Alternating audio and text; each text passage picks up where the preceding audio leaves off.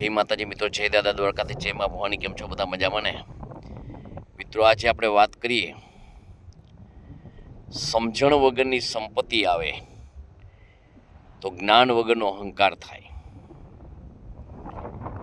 મિત્રો, રોજ આપણે મળીએ છીએ જુદા જુદા વિષય ઉપર, જુદી જુદી વાતો ઉપર આપણે કંઈક ને કંઈક ચર્ચા કરીએ છીએ. મિત્રો, જીવનમાં સંપત્તિ વગરની સંસાર ન ચાલે.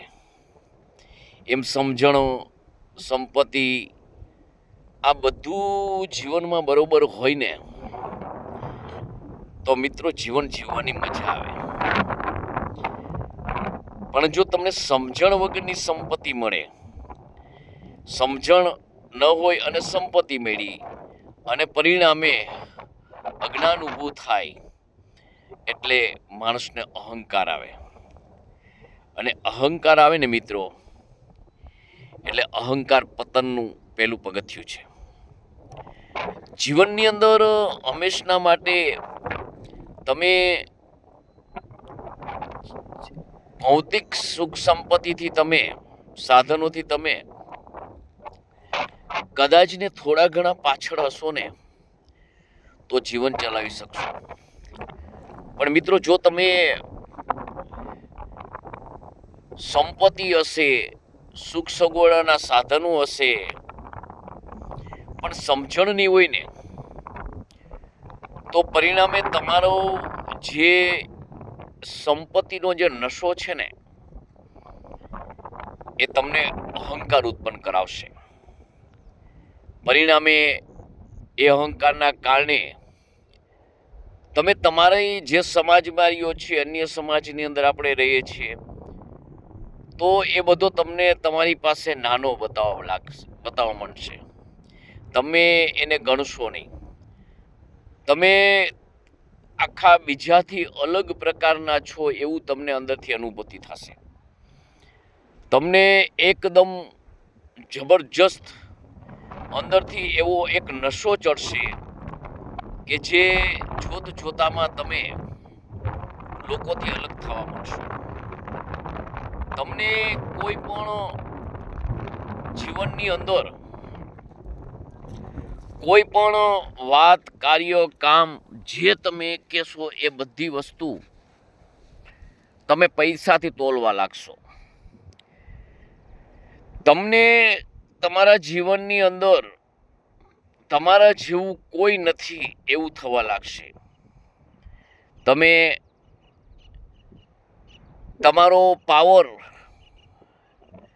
એટલો તમને હદ સુધી લઈ જશે કે જે પૈસો જેની પાસે હશે એ જ તમને સંબંધ રાખવો જોઈએ, બીજા જોડે સંબંધ ના રાખવો જોઈએ એવું લાગશે.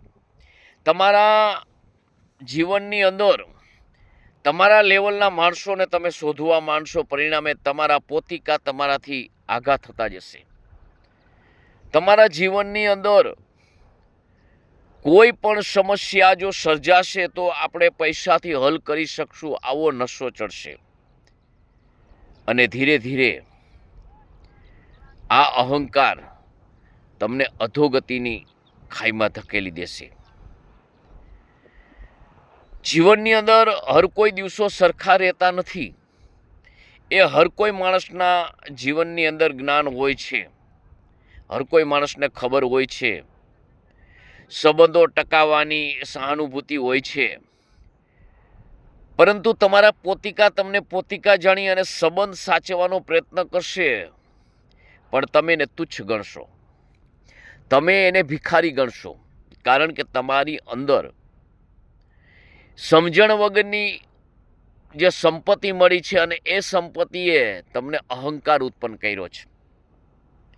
એટલે જીવનમાં મિત્રો હંમેશના માટે એક વસ્તુ તમે યાદ રાખજો કે કોઈ દિવસ જીવનની અંદર અહંકાર ન લાવતા. જેમ સંપત્તિ વધે એમ માણસ નિર્મળ અને સરળ બનવો જોઈએ.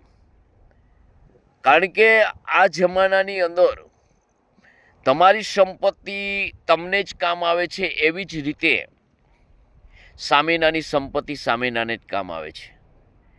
ફક્ત કામ આવતો હોય તો માનવીય જીવનમાં આપણા વ્યવહારો એકબીજાની જરૂરિયાત પ્રમાણે ઊભું રહેવું, એકબીજાની સમજણની વાતો, કારણ કે જીવન છે ને એ પોતપોતાના બાહુથી જ પોતે ચલાવે છે, પોતાની કર્મકુશળતાથી જ જીવન ચાલે છે. આવું ભૂલી ન જવું જોઈએ.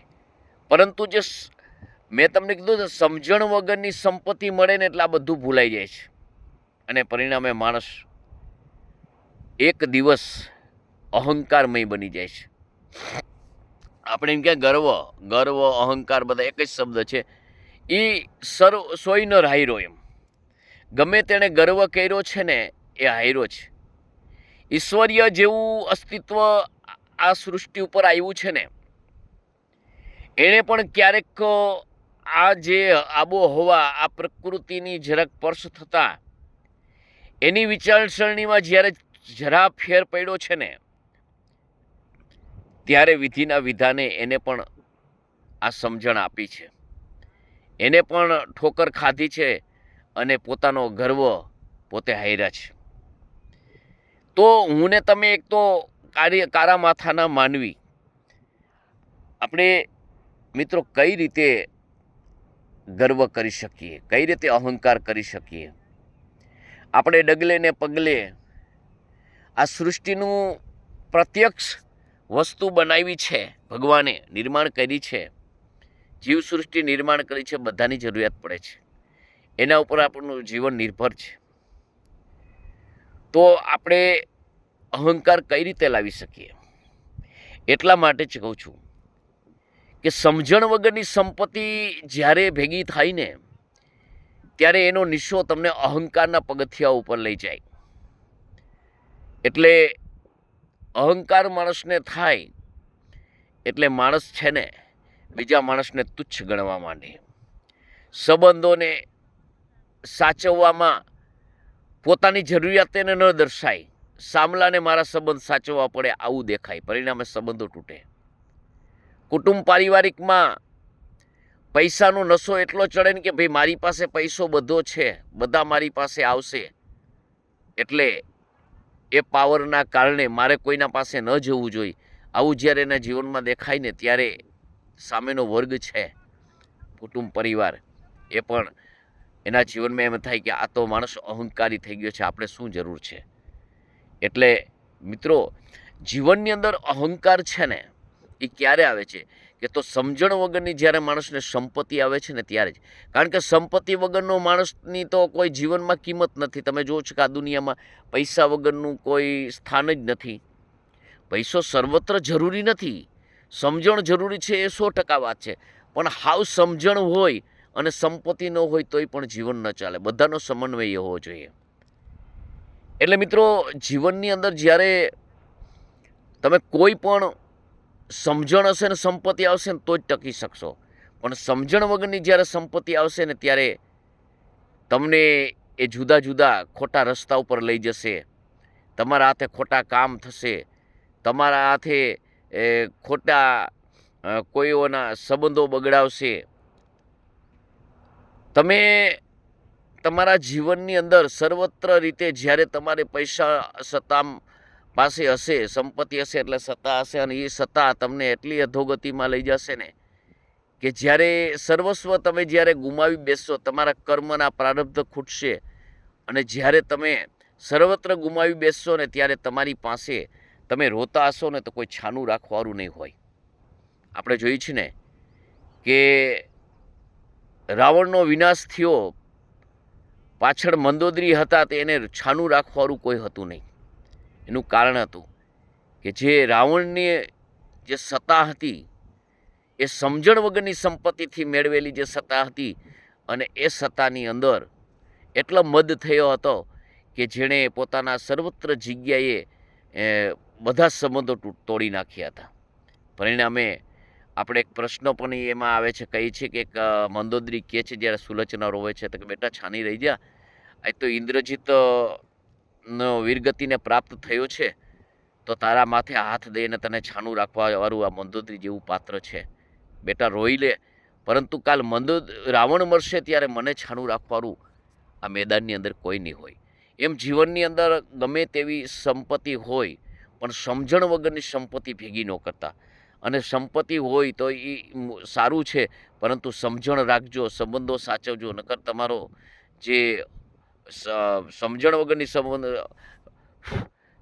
સંપત્તિ હશે ને, તો એક દિવસ તમને અહંકારના અધોગતિની ખાઈમાં ધકેલી દેશે. તો મિત્રો, મારો વિડીયો તમને કેવો લાગ્યો તમે કોમેન્ટ કરીને જણાવજો. મારા વિડીયોને લાઈક કરજો, શેર કરજો, સબસ્ક્રાઈબ કરજો. જય માતાજી, જય દાદા દ્વારકાથી, જય મા ભવાની.